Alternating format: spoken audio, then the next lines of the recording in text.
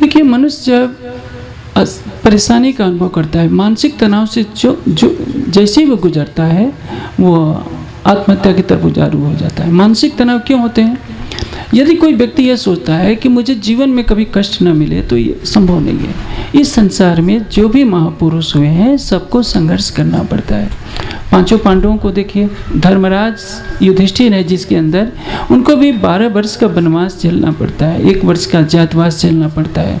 मर्यादा पुरुषोत्तम राम को 14 वर्षों तक वन में नंगे पांव जाना पड़ता है। हरिश्चंद्र को चंडाल के यहाँ बिकना पड़ता है। योगेश्वर श्री कृष्ण को ब्रज से लेकर द्वारिका तक जाने पर राक्षसों के अत्याचार कारण प्रजा की सुरक्षा के लिए उनको द्वारिका जाना पड़ता है। महाभारत युद्ध का नेतृत्व करना पड़ता है। संसार में ऐसा कोई भी महापुरुष नहीं हुआ जिसने संघर्ष न किया हो, जिसने कष्टों को झेला न हो। नई पीढ़ी को जब धार्मिक ज्ञान नहीं मिलता तो क्या होता है? आजकल एक ऐसी विकृत मानसिकता पैदा कर दी गई है। देखिए, ये इंग्लैंड में ही अंग्रेजी पूरे इंग्लैंड में भी नहीं बोली जाती है। इंग्लैंड का एक भाग है आयरलैंड, उसमें आयरिश भाषा है। फ्रांस में अंग्रेजी नहीं बोली जाती, जर्मन में जर्मन ही बोली जाएगी, अंग्रेजी नहीं बोली जाएगी। केवल ऑस्ट्रेलिया, अमेरिका और इंग्लैंड में अंग्रेजी बोली जाती है। लेकिन एक धारणा बना दी गई है कि अंग्रेजी विश्व की भाषा है। जैसे जैसे कॉन्वेंट स्कूल खोलते हैं, उसमें आध्यात्मिकता की शिक्षा तो नहीं मिलती है।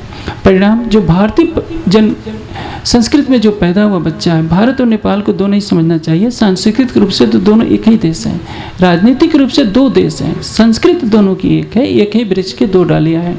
तो यहाँ जिन संस्कारों में हमारा बच्चा पलता है, न तो वो अंग्रेज बन पाता है, न भारतीय रह पाता है। परिणाम क्या होता है? जब उसको संघर्ष करना पड़ता है तो घबरा जाता है और वो आत्महत्या की तरफ उतारू हो जाता है।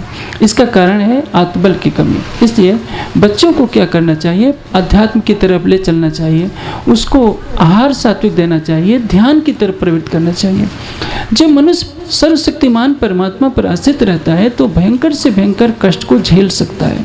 यदि वो परमात्मा पर आश्रित नहीं रहता, जरा सी सांसारिक असफलताएं आती हैं, परीक्षा में नंबर कम आ गए तो सोचता है कि आत्महत्या कर लूँ।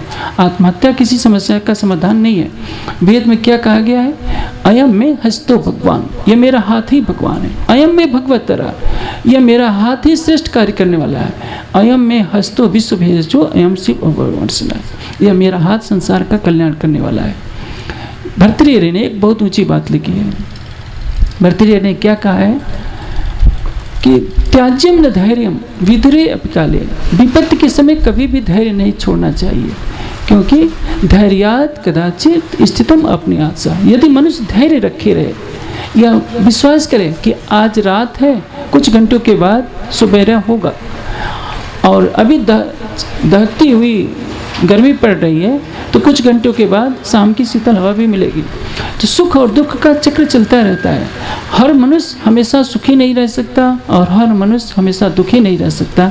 इस धारणा को जो मानता है वो क्या करता है? जाते समुद्रे ही पुतभंगे सान्यांतर को वांछतूर्तमेवा। यदि नौका से, बड़ी नौका से, जहाज से समुद्र में यात्रा कर रहा है और उसका जहाज डूब जाता है, तो जब तक उसमें प्राण रहता है वो यही संकल्प करता है, मैं अपनी भुजाओं से समुद्र को पार कर जाऊं। जिसमें इतना साहस है वही समुद्र की यात्रा करता है। इसलिए यदि कोई आज का नवयुवक आत्महत्या की तरफ तनावग्रसित होता है, पहले तो तनावग्रसित नहीं होना चाहिए। आप योगेश्वर श्री कृष्ण को देखिए, महाभारत के युद्ध में तीर लगते हैं तो भी मुस्कुराते हैं। जीवन में सुख और दुख हमेशा आते रहते हैं, इसलिए दृष्टा होकर के देखना चाहिए।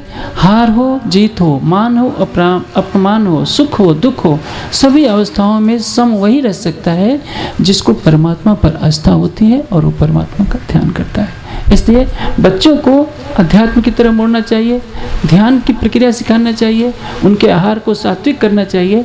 और हमारी संस्कृत में जितने महापुरुष हुए हैं सबकी कथाएं उनको बतानी चाहिए, उनसे प्रेरणा ले कि हम जिस धरती पर जन्मे हैं उस धरती पर ऐसे ऐसे महापुरुष हुए जो कष्ट झेले, लेकिन कभी उन्होंने असत्य के सामने सिर नहीं झुकाया, संसार का मार्गदर्शन किया। तो जो आत्महत्या करता है वो महापाप करता है।